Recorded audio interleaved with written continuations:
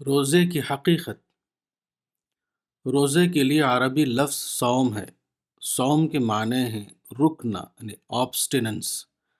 زندگی میں صرف اقدام کی اہمیت نہیں ہوتی بلکہ رکنا بھی زندگی میں ایک بےحد اہم پالیسی کی حیثیت رکھتا ہے۔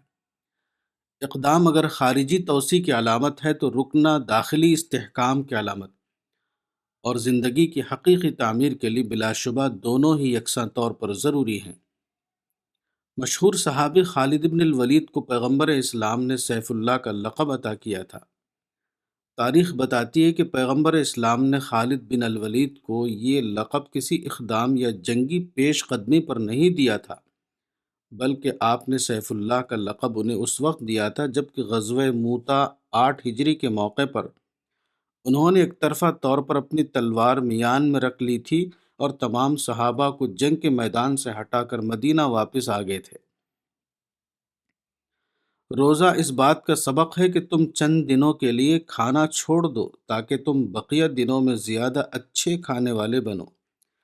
تم چند دنوں کے لیے اپنی سرگرمیوں کو داخلی تعمیر کے محاذ پر لگا دو تاکہ اس کے بعد تم زیادہ بہتر طور پر خارجی سرگرمی کے قابل بن جاؤ۔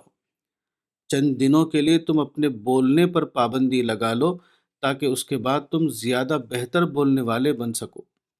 چند دنوں کے لیے تم اپنے مقام پر ٹھہر جاؤ تاکہ اس کے بعد تم کامیاب پیش قدمی کے قابل بن سکو۔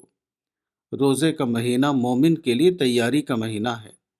اپنی سوچ کے معیار کو بلند کرنا، اپنی عبادت میں تقوی کی اسپرٹ بڑھانا، اپنی روحانیت میں اضافہ کر کے زیادہ سے زیادہ اللہ کی قربت حاصل کرنا، بھوک اور سحری کا تجربہ کر کے اپنے اندر شکر کا احساس جگانا، مادی مشغولیت کو کم کر کے آخرت کی طرف زیادہ سے زیادہ متوجہ ہونا، خارجی سفر کو روک کر داخلی سفر کی طرف رواں ہونا، ایک مہینے کے تربیتی کورس سے گزر کر پورے ایک سال کے لیے شکر و تقوی کی غذا حاصل کر لینا وغیرہ۔ یہی روزے کا مقصد ہے اور یہی روزے کی مقبولیت کا اصل معیار بھی۔ کتاب صوم رمضان، مولانا وحید الدین خان، صفحہ نمبر 4۔